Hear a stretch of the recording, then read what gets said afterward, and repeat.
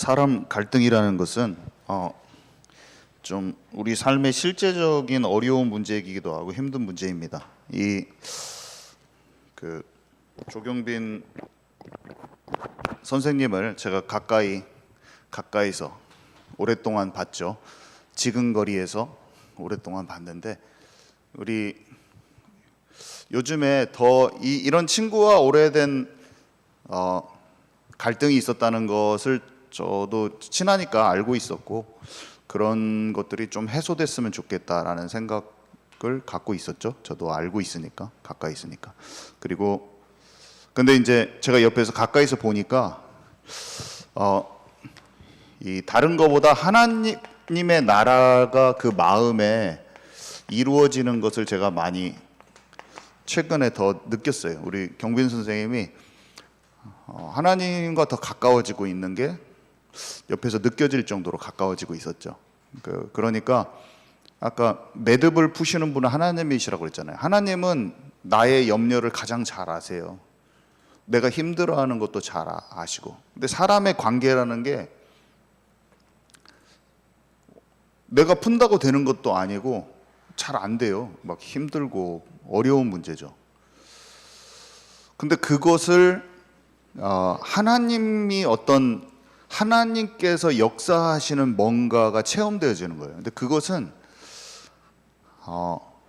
내가 하나님께 집중하고 있을 때 됩니다. 만약에 경빈 선생님이 하나님의 나라를 놓고 집중하는 게 없었다면 그 친구를 만났어도 그 매듭이 그 친구가 마음이 편해졌잖아요. 그래도 내가 그것을 감당하지 못했을 수도 있어요. 그러니까 경빈아 불렀을 때 만나기 그 친구 얼굴을 봤을 때 완전히 굳어져서 내가 풀어지지 않는 상태가 될 수도 있습니다. 그래서 하나님 나라의 그 일이 이루어진 거거든요.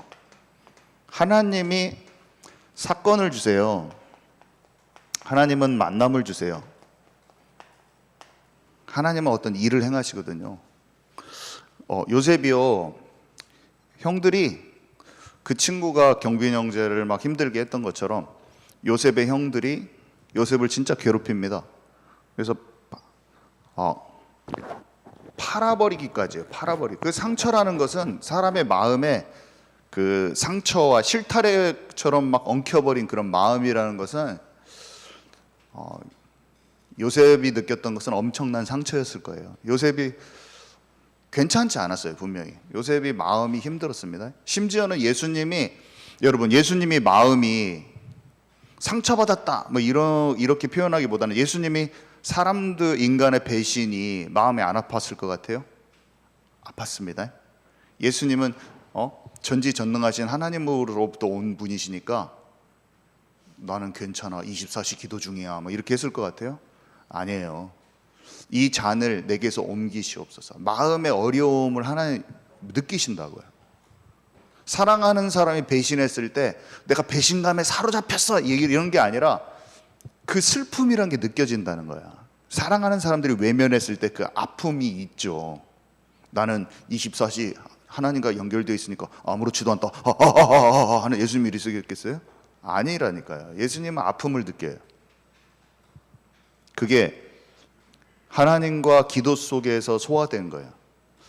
하나님을 신뢰한 거예요. 더 요셉이 나는 하나님께서 내게 계획이 있으니 형들 문제쯤이야 하하하하 괜찮아 이렇게 했을 것 같아요? 안 괜찮다니까. 마음이 힘들어. 경빈이처럼 힘들다. 근데 하나님은 국무총리가 됐을 때 요셉이 띠리리리리 거기 가나안 땅이죠? 우리 형들 좀 바꿔주세요. 나 이제 이집트 국무총리 됐어. 하나님 진짜 역사하셨지. 이제 믿어요 하나님. 요셉이 전화해서 그런 게 아니라 하나님이 전 세계에 기근을 기근. 형들이 쌀을 사러 찾아올 수밖에 없게 합니다. 하나님이 사건을 일으키시는 거예요. 하나님이 만남 가운데 지혜를 주시는데 형들을 감옥에다가 3일 동안 넣어요. 자기가 이집트 알죠? 이게 파라오 같이 막 이렇게 막 얼굴 엄청 그리고 있어가지고 형들이 요셉을 못 알아본단 말이야. 막 모자, 이집트 모자 알죠? 이렇게 딱 뱀 2마리 있고 이렇게 쫙 있는 거, 그 모자 딱 쓰고 딱 얼굴 화장 쨍하게 했어. 이게 파란색 알죠? 이게 딱 해가지고 화장 엄청 진하게 잘하잖아요. 못 알아봐. 그리고 자기가 히브리 말 다 할 줄 아는데 통역관 딱 붙여가지고 자기는 이집트 말로 하고 히브리 통역사가 막 해가지고 형들한테 말하는 장면이 나온단 말이야. 자기 정체를 딱 숨겨. 그 지혜야, 지혜. 너희들이 우리나라 정탐하러 온 거 아니야? 생뚱맞은 거짓말을 하는 거야. 예수님이 뭐라고 말씀하셨냐면, 나의 말은 내가 하는 게 아니라 내 아버지께서 내게 하라는 것을 내가 하는 것이다. 하나님의 영에 감동된 다니엘은요, 그 형제들과 어떤 것들을 어느 정도 수준에서 얼만큼 풀어나가야 될지를 영으로 알고 있는 거예요. 그거는 요셉의 생각이 아니요, 살아계신 하나님이 그를 인도해 가시는 과정 속에서 오늘 주시는 지혜라는 거예요. 요셉이 형님들 가둬요. 형님들이 어땠냐, 아유 우리 그때 동생 팔아먹어가지고 하나님이 우리 이렇게 하신 거 아니야? 이렇게 막 반절 정도 회개를 해요. 한 5분의 1 정도 회개를. 또 집에 돌려보냈는데 쌀 사러 가져왔던 돈을 갖다가 다 자기 자루에다 넣어놓으라고 써. 그리고 막 나중에는 베냐민 데려왔을 때는 베냐민 가방에는 자기가 쓰던 은잔 있거든요. 베냐민 은잔 사건이라고, 자기 요셉이 쓰던 그 국무총리의 은잔을 또 훔쳐갖고 온 것처럼 거기다 이렇게 해놨어. 그리고 요셉이 형들이 또 보고, 하나님 어찌 우리에게 이런 일을 하면서 막 마음이, 내가 이거 지금 우리 동생 팔아먹어가지고. 하나님이 지혜를 주시고 뭔가 그 안에서 동작하게 하시는 거예요. 하나님은요, 우리에게 하나님의 나라, 하나님의 영에 감동돼서 그 여정을 걸어가고 한 발짝 한 발짝 하나님을 따라가고 있는 그 사람에게요, 때가 되면은 사건을 주시고, 때가 되면 지혜를 주시고, 상황에 쪼그라들어 있는 사람은 이 사건을 만났을 때 하나님이 하시는 것을 눈치 못 채요. 내 생각에 사로잡혀 있고 나에게 집중되어 있고 내 문제에 집중되어 있는 사람은 지혜가 와도 모르는 거예요. 하나님의 계명이 내 안에 있으니 그것이 나를 원수보다 지혜롭게 하나이다. 환경과 사람을 통해서 사탄은 뭘 하냐면 사람들의 마음을 휘저어서 걱정과 염려와 불안 가운데로 자꾸, 그 다음에 하나님의 놀라우신 섭리와 주권을 깨닫지 못하게 한단 말이에요. 근데 하나님의 사람들은 민감해요. 하나님께 인도받고 하나님이 이 땅을 통치하고 내 삶을 통치한다는 걸 확실히 알고 있어요. 그래서 어떤 사건과 상황이 일어났을 때 막 내 머리로 계산하지 않습니다. 내 방법을 사용하지 않아요. 내 관점으로 그것을 보는 것을 그쳐버리고 그 속에서 나의 친절함과 착함으로 도와주지 않아요. 어떤 사람들 쉽게 왔을 때 그 사람들한테 쉽게 나 어려우니까 힘들어, 나 좀 도와줘. 돈, 그래 내가 너 도와줄게. 얘를 살려야 되니까 10만 원 우선 딱 준 다음에, 그래 교회라도 나와봐. 걔 10만 원 딱 꼴까먹고 딱 도망가 버려요. 여러분, 그 사람이 내 방법으로 하면 돌아올 것 같아요? 절대로 안 돌아옵니다. 제가 이거 한두 번 해본 게 아니야. 북한 사람들한테 내가 공부해야 되는데 내 사전, 진짜 영어 사전 이게 있어야지 내가 공부를 하잖아. 좀 바보야. 내가 나를 잘 준비해야 될 그 도구를 이 사람 너무 불쌍하다고 주는 사람이에요. 제가 이렇게 착한 사람이에요. 내가 생활비가 없는데 이 사람이 지갑을 버스에 놓고 내렸다고 그 자리에서 택시 타가지고 가가지고 종점까지 쫓아가가지고 10만 원을 썼어. 내가 이렇게 착한 사람이에요. 그 사람이 예수께로 잘 돌아왔을까요? 아니면 나를 이용해 먹었을까요? 북한 사람 알고 보니까 브로커통에서 한국에서 북한에서 실제로 온 것처럼 위장을 해가지고 우리 교회에 와서 나 같은 사람들을 속여서 통장에 돈이 몇 천만, 나는 돈이 없어가지고 겨우겨우 살고 있는데 나 한국에서 받은 돈도 많고 엄청 많은 거야. 근데 막 다 떨어진 옷 입고 막 거지같이 막 거적대기 쓰고 막 교회 앉아 있고 내가 어이구 이 사람들 어떻게 주님 이 사람들 진짜 불쌍합니다. 영이 불쌍한 게 아니라 겉모습이 불쌍한 걸 내가 도와주려고 막 하는 거야.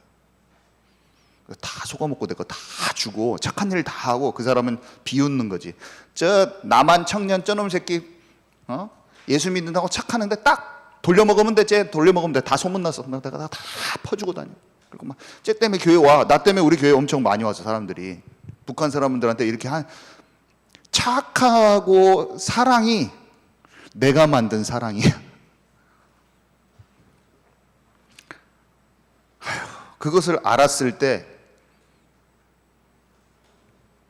내 마음이 비참한 거 있죠.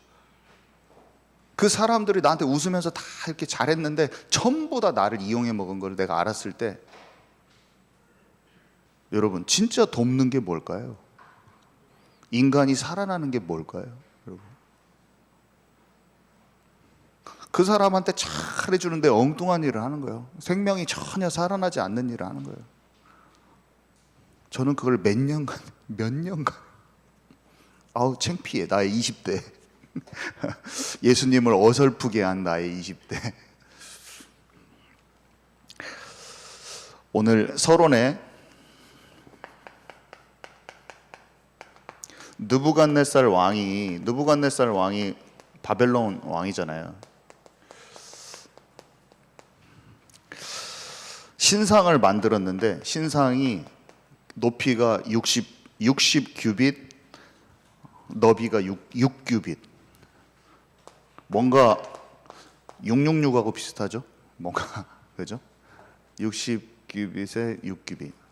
한 27m였으니까 한 9층 높이, 3m가 1층 한 층 정도 되거든요. 그러니까 27m 정도예요.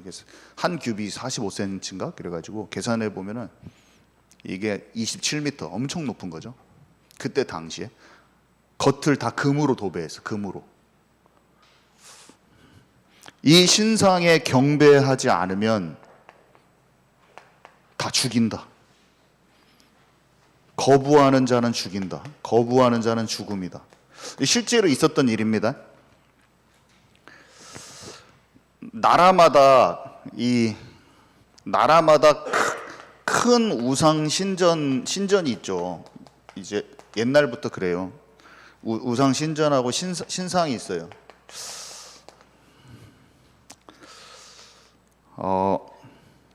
이집트는요. 파라오가 자기를 갖다가 나는 태양신 라의 아들이라 이렇게 얘기해요. 그러니까 자기 신성을 강조해. 내가 하나님, 이 세상에는 태양신이 최고 신인데 그 아들이라. 그러면서 피라미드하고 스핑크스를 만들었죠. 그러니까 자기의 신성, 자기는 인간하고 달라. 니네는 인간 쪼무레기들이고 나는 신적 존재야. 그러면서 막 그것을 찬양하는 그런 무지막지한 건물들을 일생 동안 만들어요. 이 바벨론 느부갓네살 왕도 지구라트라고 하는 어마어마하게 큰 신전탑 이런 걸 만들고 금신상을 만들었고, 중국의 진시 황제 이런 사람들 보면은 진시 황제 나는 천자다. 천자. 하늘의 아들이고, 병마용 알죠? 병마용경 알죠? 그 군인들하고 말하고 막 진짜 사람 숫자보다 더 많아. 그거 진짜 미친 거예요. 그거 보면 내가 신이다. 이 신이 죽음 이후의 세계 속에서 나는 신적 존재로 살아서 막 이 군대들을 이끌고 간다. 막 하면서 막 이런, 이게 다 강대국 뒤에 메시지가 뭐냐면 네가 하나님이야. 사탄이 주는 메시지가 뭔지 아세요? 너는 하나님 필요 없어. 네가 하나님처럼 눈이 밝아져 네가 신적 존재가 되는 거야. 너는 신이야. 하나님은 네가 신과 같이 되지를 원치 않으셔. 막 이렇게 얘기하는 거예요. 근데 하나님은 우리가 신처럼 되기를 원하세요. 웃기죠?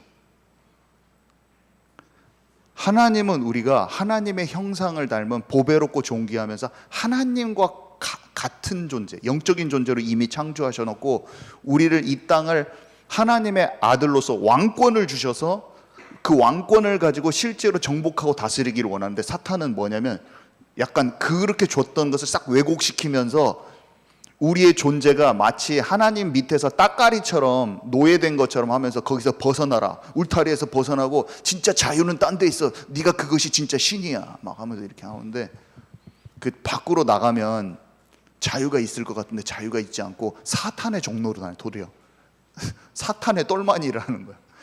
원래 하나님 밑에서 하나님 자녀로서 왕권이 훨씬 좋거든요. 사탄은 뭐라 하냐면 그 가짜 자유를 줘놓고 자기 똘마니 역할을 만드는 거예요. 근데 사람들이 전부 다 사탄의 똘마니 역할을 다 하고 있어요. 근데 아니에요. 하나님이 우리에게 주신 왕권이 실제로 참된 능력이고 참된 권세인 것을 아시는 저와 여러분 되기 바랍니다. 진짜예요. 거기에 진짜 놀라운, 더 사탄은 완전히 쪼무레기야. 하나님 안에 있는 참된 영적인 권세가 훨씬 더 크리에이티브한 거예요. 사탄이 환각제 먹어가지고 마약하고 해가지고 막 예술가들이 막 그림 조금 그려요. 그러면은 막 에일리언 막 만든 사람 그 그림도 그리고 막 창조적이야. 막 저주와 재앙스러우면서 창조적이야. 그리고 막 사탄의 것을 해가지고 환각제 막 먹고 하면은 마약하고, 예술가들이 마약하거든요. 그러면 독특한 게 나와요. 근데 왕이 준 떡과 포도주 안 먹고 채식하면서 그려도 그 사람들보다 10배가 뛰어난 거예요. 하나님의 영감이. 근데 우리는 그게 진짜인 것 같아서 그걸로 쫓아가가지고 막 그걸 따먹으려고, 선악과 막 엄청 따먹으면서 막 내 머릿속에 막 예술적인 것을 만들려고 하는데, 하나님과 함께한 사람이 정신 멀쩡한데 훨씬 더 10배가 창의력이 뛰어난다는 걸 여러분 아시기 바랍니다. 비교할 수가 없어요. 근데 사탄이 이렇게 거짓말을 많이 한 거야. 하나님의 것이 참 가짜않게 만들, 하나님의 것을 참 가벼이 여기게 만들고 하나님의 것을 굉장히 멋없게 만들어 놨어. 그게 거짓말이에요. 이 세상에서 그 거짓말을 해놨는데 아니에요. 하나님이 창조주요. 하나님의 만물을 그 발 아래 복종케 한다고 그랬고, 그가 스론에 앉아요. 스론. 근데 우리는 왕좌의 게임 막 이런 거 보면은 막 이렇게 멋있지. 용들 넣어가지고 용 타고 다니면서 막 그것에 내가 막 그 세계관에 들어가고 막 나 용 타고 다니면서 저 왕 하고 싶다 막 이렇게 하고 있는데, 하나님이 우리에게 주신 스론은 훨씬 더, 우리가 그 왕권이요, 우리 그 자리에 앉았다고 그랬거든요. 거기에 생각이 팔려 있는 거야. 막 멋지다 왕좌의 게임 하면서 그 세계관 속에서 사는 거야. 이렇게 엄청난 왕들이 있는 그 상황 속에서 막 내 마음을 막 그 왕처럼, 아니면 그 인물이 돼서 막 사는 거야. 막 그 가짜 이야기 속에서 상상의 나라를 펼치면서 그 가짜 세계관 속에 파묻혀서 사는 거예요. 근데 아니에요. 실제 성경의 말씀이 실제 영적 세계와 이 실제 살아있는 세계를 설명하고 있는데, 그것은 관심도 없고 그 안에서 실제 권세는 모르게 하는 이 거짓말에 날마다 속으면서 상상 속에 있는 것들이 대단한 것처럼 그 꿈 속에서 살면서, 아바타 같은 영화 한번 보면 사람들이 그러잖아요. 이렇게 멋진 세계가 있는데 나는 자살해야 돼. 막 자살한대. 왜 자살하냐면 내 인생은 왜 이렇게 비참하고 막 아무것도 없고 왜 이렇게 그렇지? 이 아바타 속에 있는 이런 천국 같은 곳에서 난 살고 싶다. 막 사람들 그런대요. 그 다 거짓말이에요. 이 땅에 비참하고 힘들어 보이는 나의 삶 속에 창조주인 하나님이 하늘과 땅의 모든 권세를 가지고 지금 나와 함께 하신다고 했어요. 여러분 이게 믿어집니까? 그래서 모든 삶을 실제로 영화 속에서 막 어려운 일을, 전쟁 같은 거를 용 타고 다니면서 극복하면 멋있잖아요. 초자연적인 저 힘이 내게 있었으면 좋겠다. 근데 이렇게 고리타분해 보이면서 정영 목사님 무슨 얘기하고 있지 지금? 근데 지금 여기에서 실제 초자연적인 힘이 우리에게 와 있다는 것을 우리가 알아야 되는 거예요. 지금 그 힘이 우리에게 와 있습니다. 하나님은 네가 나를 알기를 원한다. 너희가 나를 알기를 원한다. 나에게 와 있는 이 세상을 창조하고 하늘과 땅의 모든 권세가 너희 안에 있을 것. 너는 그것을 추구해라. 다른 힘을 뉴에이지도 다 똑같잖아요. 네가 하나님 되는 것이다. 초능력 다. 아니, 하나님이 너와 함께 하시면 네가 모든 것을 정복하고 다스릴 수 있어요. 너에 대한 좋은 계획이 있는 거야. 너에 대한 좋은 계획이 있다. 하나님은 너를 통해서 하실 일이 있어. 너의 가문 가정 지금 막막하지? 어떻게 될지 모르겠지? 국무총리 돼도 아무 일도 안 일어날 수 있잖아요. 하나님이 기근이라는 사건을 딱 주시니까 쌀 사러 오게 되는 거예요. 형들이 만나러 오게 되는 거예요. 경빈이가 집중하고 있으니까 하나님이 그 타이밍에 맞게 과거의 매듭을 풀어야 될 그 사람을 딱 보낸 거예요. 그때 요셉이 마음의 준비가 돼 있어요. 형님들이 나를 팔아넘긴 것이 아니오. 살아계신 하나님께서 생명을 구원하기 위해서 나를 먼저 보내셨습니다. 이미 마음에 짐이 없어. 그 짐이 없는 상태로 딱 만나서, 그 친구랑 만나서 나는 모든 매듭을 풀려는 마음을 이미 가지고 있는데 딱 만난 거예요. 그러니까 그 매듭이 딱 풀려진 하나님 나라의 일의 역사가 엊그저께 일어나 보는 거예요. 집중하는 그 사람에게 하나님이 풀어가시는 거예요. 전쟁은 여호와께 속한 것이라. 내가 풀려고 하는 것도 있지만 하나님께 함께 하니까 이 삶에 있는 전쟁의 그 숙제들을 하나님이 함께 풀어주시는 거예요. 그것을 경험했을 때 얼마나 짜릿합니까? 내게 하나님을 내가 삶 속에서 너무 체험하고 싶어요. 근데 경빈 형제가 집중하다 보니까 삶에서 실제로 동작하시는 하나님을 내가 느끼고 체험하고, 하나님이 진짜 살아계시네요. 내가 진짜 하나님 알지만 내 삶에 실제로 동작하신 하나님이 진짜 계시는 것을 말로 입으로 간증할 수 있기까지. 얼마나 재밌습니까? 사람은 이게 없으면 눌리고 지치고 힘든 거야. 근데 아무리 어렵고 막막한 일이 있어도 하나님이 사건을 일으켜서 움직이시는 걸 내가 하나님께 집중하고 있는데, 그걸 경험한 사람은요, 하나님과 어려운 일이 있어도 더 하나님과 더 깊어지는 거예요. 눈에 보이지, 삶 속에서 하나님은 눈에 보이지 않는 것처럼 보이지만 실제로 나를 위해서 움직이고 계신 하나님을 더 깊이 체험하는 저와 여러분 되기 바랍니다. 자, 그래서 자기 절대 권력을 과시하는 거예요. 자기 절대 권력. 이 만드는 이유는, 이런 신전과 신상을 만드는 절대 권력, 자기의 영광을 과시하고 싶은 그런 욕망. 아까 신격화했다고 그랬잖아요. 또 자기를 신격화하고. 이 전 세계 1번에 3번에 보면 왜 전 세계 이 우상 신앙이 전달됐을까요? 뭐 쉽지. 사탄이 있으니까. 강대국과 세상 나라의 배후에는 사탄이 있어요. 그래서 처음 생겨진 나라 바벨론, 니무롯이 세운 가장 강대국, 첫 번째 제국이 이름이 바벨론이야. 그리고 느부갓네살이 만든 이 바벨론도 그 바벨론하고 영적으로 그대로 계승된 거예요. 중간에 있었던 모든 제국들은 하나님 중심이 아니에요. 애굽도 마찬가지고 메소포타미아에 있는 모든 나라들이 마찬가지예요. 하나님이 왕이 된 나라가 아니에요. 자기가 왕이 되고 자기가 신이 된 나라지. 그 배후에는 사탄이 역사하고 있고. 근데 그 바벨론 느부갓네살 왕이 꾼 꿈이 무슨 내용이냐면, 머리는 금이고 여기는 가슴은 은이고 뭐 동이고 철이고 했는데, 세상 끝날까지 다음에 이거는 머리는 당신 나라요, 그 다음 제국은 가슴판은 다음 제국이요, 막 설명을 해줘요. 다니엘이 설명을 해준단 말이에요. 꿈을 해석해서.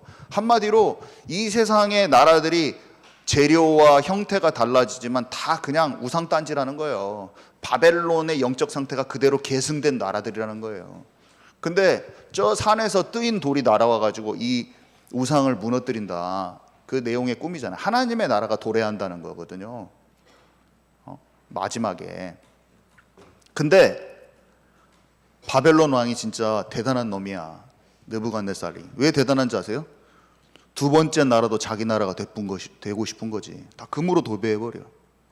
그 꿈을 해석해 줬을 때는 순간적으로 일시적인 회개를 합니다. 이 꿈이 이런 거였어? 여호와 하나님만이 참신이다.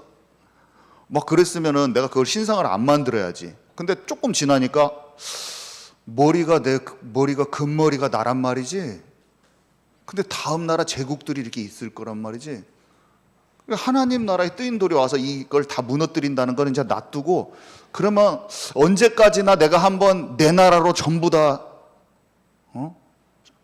되어갔구나. 야, 금신상 만들어. 그 다음이 내 꿈에서 본 거는 은이고 뭐 동이고 그랬는데 내 꿈에 본 대로 그대로 만들어. 다 금으로 다 도배해. 다 내 나라는 게. 그 내가 신이요. 이걸 한 거예요. 그리고 이 신상에 절하지 않으면 또 풀무불에다 집어넣어 다 죽여. 근데 풀무불에서 이제 새 청년이 살아 나온단 말이에요. 그러니까 또 회개해. 어이구, 진짜 하나님 진짜 살아계신다요. 그리고 또 어떻게 돼요? 조금 있다가 다시 돌아가. 바벨론 나라는 내가 만들었어 하면서 막 그 말하고 또 그 바로 또 그부터.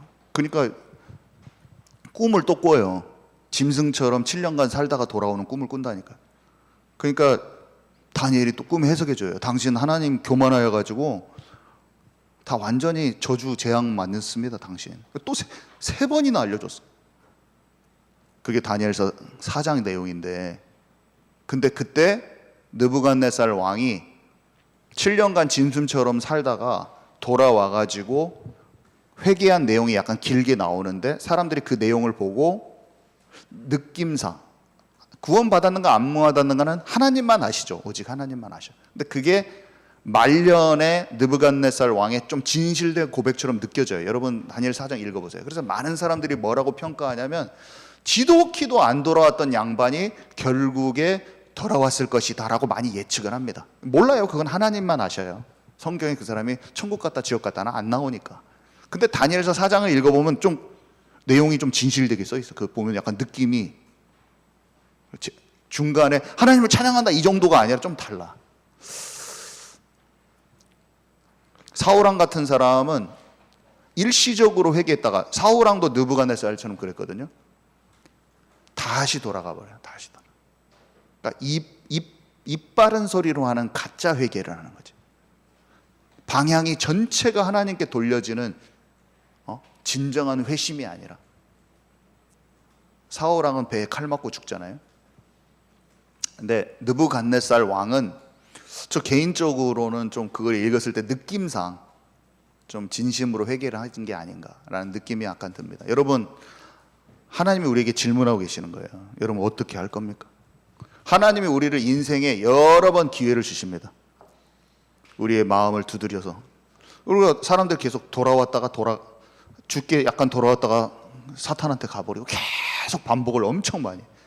이스라엘 백성은 민족적으로 역사적으로 계속 그 사이클을 반복했죠. 근데 개인의 인생도 그 사이클이 반복되는 경우가 되게 많아요. 우리는 더 이상 방황하면 안 돼. 집중 속으로 딱 들어가는 그게 지속되어 가지고, 지속이 돼야 돼. 지속이. 그래서 우리의 인생의 끝날에 주님 앞에 가기 전까지 끊임없이 열매 맺는 저와 여러분 되기 바랍니다. 이것을 중간에 놓친 사람들이 되게 많아요. 너무 많이 보고 있어요. 자기 자신을 의지해서 그래요. 복음을 자기 방식대로 받아들였기 때문에. 너무 죄송하지만 그분들도 저는 다 살았으면 좋겠어요. 그렇지만 저는 그것을 진짜 보면서 반면교사를 삼아, 나도 그렇게 되기가 쉽다. 복음을 죄를 합리화하는 도구로, 자기를 지키는 도구로 사용하는 거예요. 그래서 평소에 발을 씻어달라고 말을 하지 않아. 복음을 교리적으로 받아들여가지고. 엄청 무서운 겁니다. 근데 그렇게 하고 있다는 걸 모릅니다, 그 사람들이. 진짜 모릅니다. 여러분, 들려지고 깨달아지는 은혜가 있기를 바랍니다. 마지막 때 이게 참 예고편 같은 일인데요. 제가 두 가지 설명 정도만 더 드리고 마칠 건데, 계시록 13장에 보면은 죄의 사람, 그러니까 느부갓네살이 마지막 때에 좀 많은 사람들이 예표라고 생각하죠. 많은 사람이 예표라고 생각해요. 왜냐하면 죄의 사람. 계시록 13장에 보면 바다에서 올라오는 어떤 짐승이 있어요. 똑같아요. 이게 굉장히 비슷합니다. 이게 신기해요. 이게. 근데 이 사람이 거기 보면은 짐승의 표 666, 짐승의 표를 박으라고 하는 사람인데, 이 사람이 우상에게 경배를 하라고 그래가지고, 여기 신상의 경배라고, 안 그러면 다 죽입니다. 이게 패턴이 똑같아요. 그러면서 사도 요한은 뭐라고 얘기하냐면요, 이게 바벨론이고 이 마지막 때, 여기가 처음에 시작한 바벨론, 니므롯의 바벨론. 성경에는 바벨론이 3번이 나와요. 두 번째 바벨론이 느부갓네살의 바벨론. 그 다음에 마지막 성읍, 우리가 사는 이 세상 나라를 보고 사도 요한이 바벨론이라고 부른다니까요. 그러면서 이때도 남은 자가, 이때도 다니엘과 새 친구 같은 남은 자가 있고, 마지막 때도 용과 더불어 싸우는, 용이 사탄이란 말이야. 용과 더불어 싸우면서 예수 그리스도의 흔적이 그 가슴팍에 있어요. 그러면서 하나님의 말씀, 주의 계명을 지키며 용과 더불어 싸우는 남은 자가 있다고 기록되어 있습니다. 이게 사도 요한이 말한 마지막 때, 우리 시대를 지금 얘기하는 예언서죠, 예언서.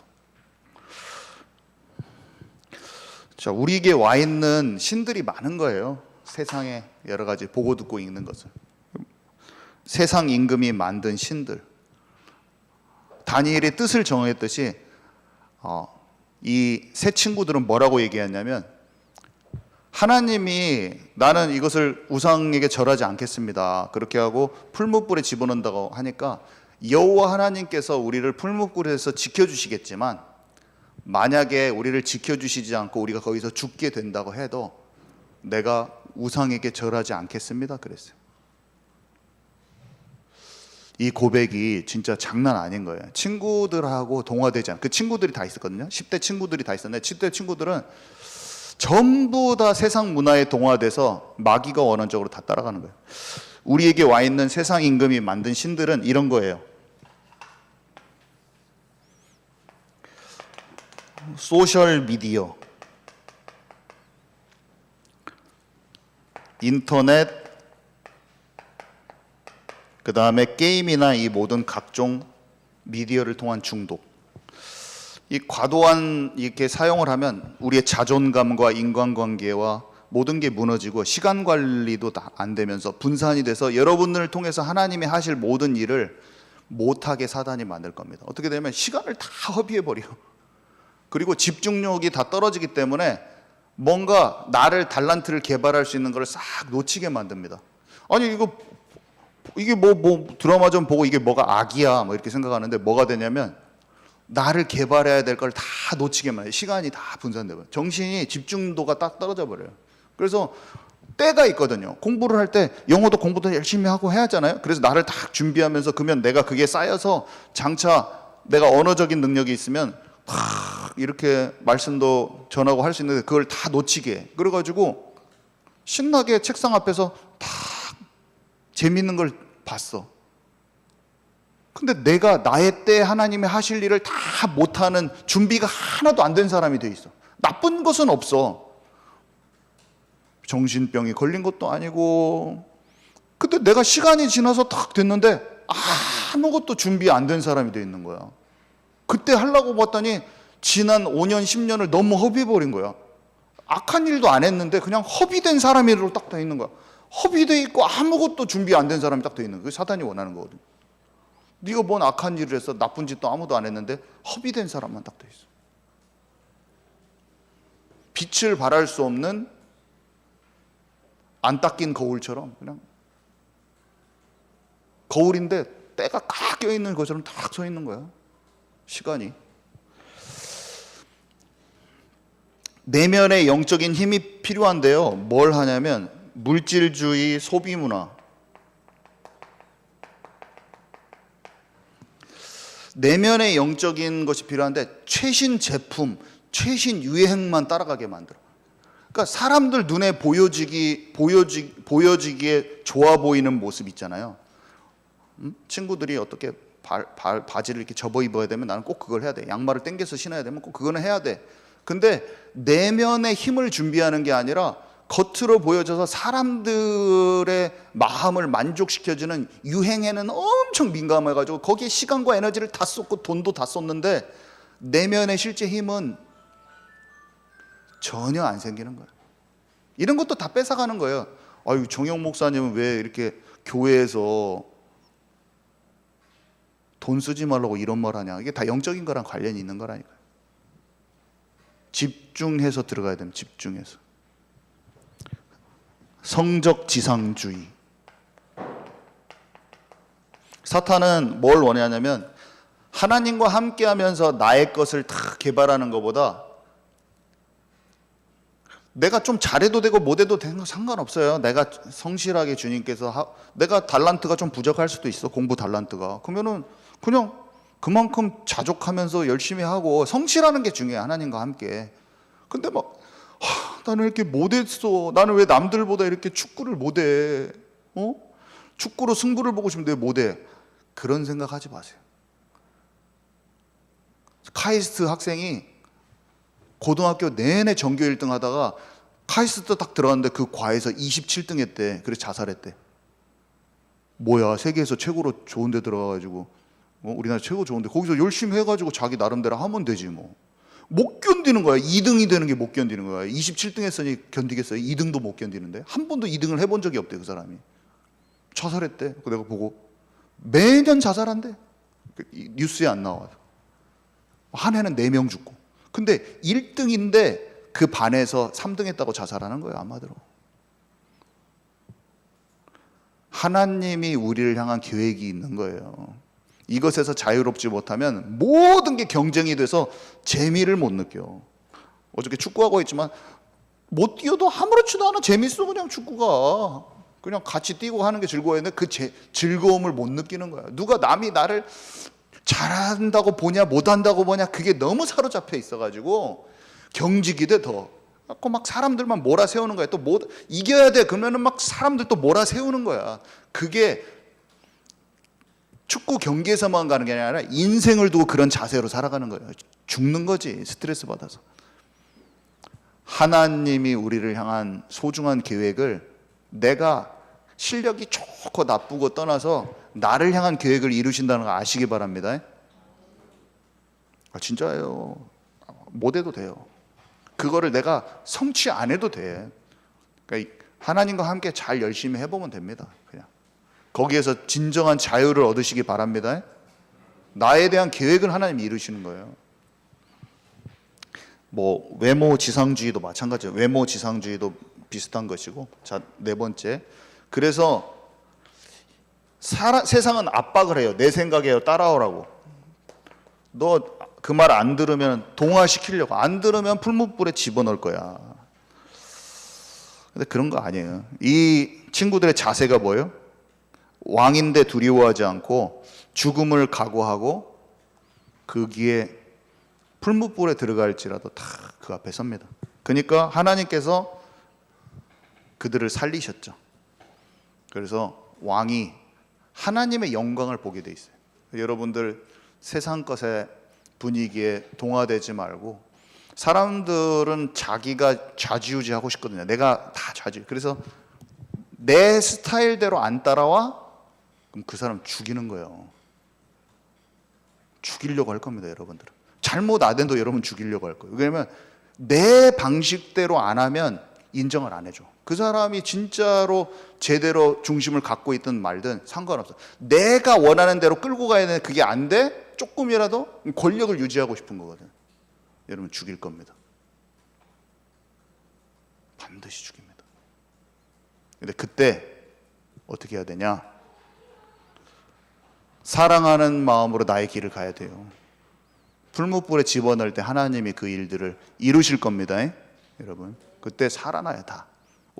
완고했던 왕이 어떻게 돼요?